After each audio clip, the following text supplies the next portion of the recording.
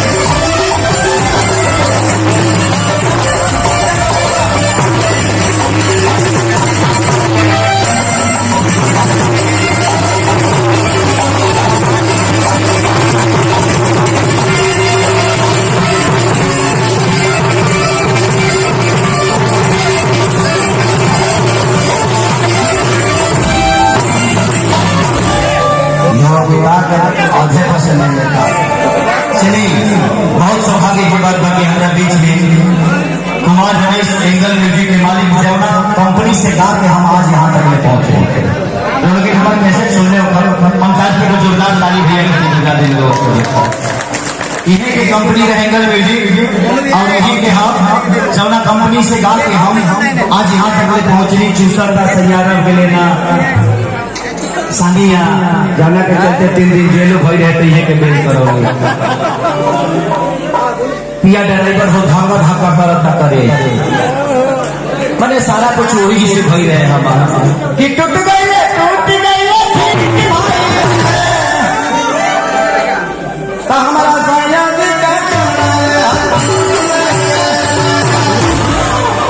यह गाना हम इंग्लिश से गाते रही, बहुत बड़ा हिट है। तो दिल से प्रणाम कि भैया यहाँ आई आशीर्वाद देने का दिन, थैंक यू। और फिर से एंगल म्यूजिक में हम गावल शुरू करिए बनी ये होली से वो सबके बीच में हमारा गाना एंगल म्यूजिक से ही सुने के नया मिली और बहुत जल्द वो सबके बीच में लव एक भैया राजेश कौन है राजेश भाई मच्छरदानी राजा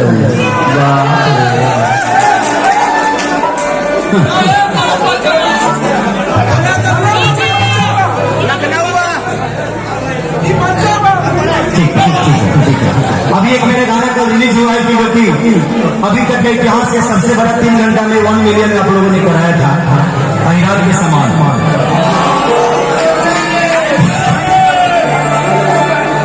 कि तुम तो जान हो जान के अच्छा तेरे विले जी भी काम लगे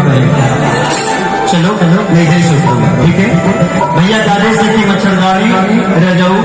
जिसमें मैं खुद ही लड़की बना था एगो वंशी के होती का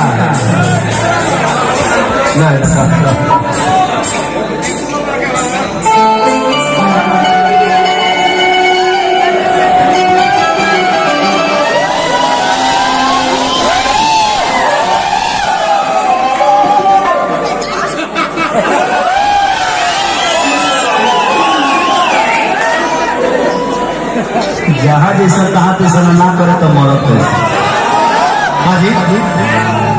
इंसान के अपने आप के बदले के चाहिए। आज धोती कुर्ता के जमाना चल गई, साया साड़ी के भी जमाना भी बिहारे में गई। अब प्रदेश में गईला के बाद कबो कबो हमरो मोगी जींस पैंट पहन लेती है। अब का करे हमसे एक दिन गाड़ी का पानी की का हो कपाते ढाबोल होता हम और साले हम एक नंबर जाए नुकसान नहीं किस तरह। हाँ घर के सामान घरे में रह जाता